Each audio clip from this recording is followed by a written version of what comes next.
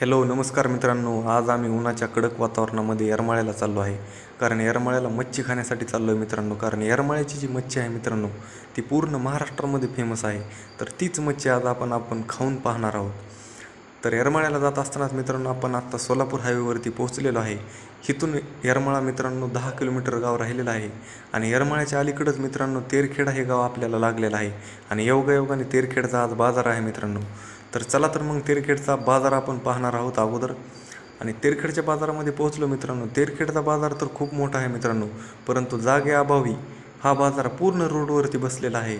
आणि बाजार तर एवढा मोठा आहे मित्रांनो की ह्या बाजाराची रोडची लांबी कमीत कमी 2 किलोमीटर हा पसरलेला बाजार आहे मित्रांनो. आणि ब्रिजच्या एकदम साईडलाच हा बाजार बसलेला आहे मित्रांनो. आणि बाजार बघून झाल्यानंतर मित्रांनो, आपण पुन्हा येरमाळ्याच्या रस्त्याला लागलेलो आहे. आणि थोडं तेरखेडच्या पुढं आल्यानंतर आपल्याला पांडुरंग व्हेज हॉटेल दिसलेलं आहे. ह्या हॉटेलला आपण नेक्स्ट टाईम भेट देणार आहोत मित्रांनो. कारण आत्ता आपण चाललो आहे ते येरमाळ्याला फक्त मच्छी खाण्यासाठी. आणि पांडुरंग जे व्हेज हॉटेल आहे त्याला आपण नेक्स्ट टाईम नक्की भेट देऊ मित्रांनो. आणि येरमाळ्याला जात असतानाच मित्रांनो, बांगर बंधू यांचं आपल्याला हॉटेल अलीकडंच दिसलेलं आहे. आणि हे खूप फेमस हॉटेल आहे असं आम्हाला कळलेलं आहे. आणि बांगर बंधू हे येरमाळ्याला मच्छी फ्रायसाठी खूप फेमस आहे. येरमाळ्यातील तर सगळेच हॉटेल मच्छीसाठी फेमस आहेत, परंतु बांगर बंधू हे त्यातील फेमसमधील फेमस आहे. आणि येरमाळा गावामध्येच मित्रांनो सोनालिका ट्रॅक्टरचं शोरूम देखील आहे. आणि आपण आत्ता चाललो आहे येरमाळ्याच्या बसस्टँडला. कारण येरमाळ्याच्या बसस्टँडमध्ये आपला फ्रेंड येणार आहे मित्रांनो. फ्रेंडला पण आपण बांगर बंधू यांची मच्छी चारणार आहोत. त्यामुळे फ्रेंडला आणण्यासाठी आपण अगोदर बसस्टँडला चाललो आहे. आणि आत्ता आपण येरमाळ्याच्या ब्रिजखाली पोहोचलेलो आहे. ब्रिज खालून मित्रांनो राईट साईडला गेल्यानंतर येरमाळ्याचं बसस्टँड लागत आहे मित्रांनो आपलं. आणि येरमाळा गावामध्ये मित्रांनो येडेश्वरी देवीचं खूप मोठं मंदिर आहे मित्रांनो.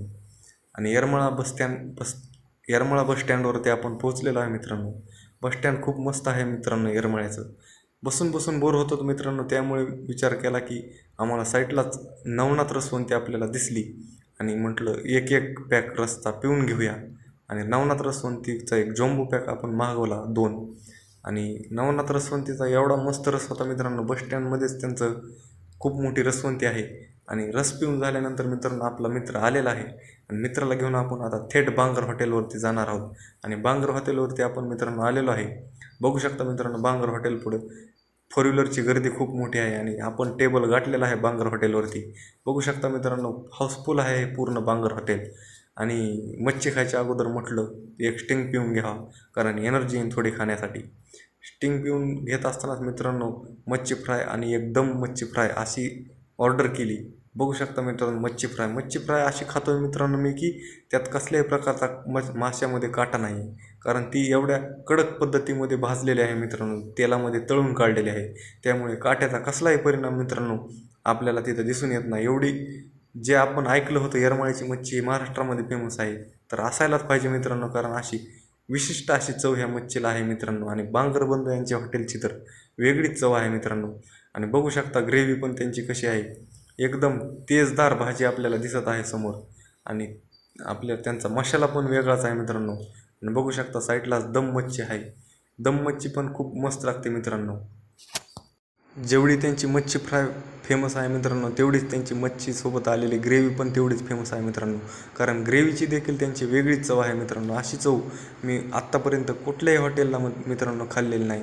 आणि ह्यांच्या हॉटेलमध्ये तंदूर, बाजरीची भाकर व ज्वारीची भाकर देखील भेटत आहे मित्रांनो.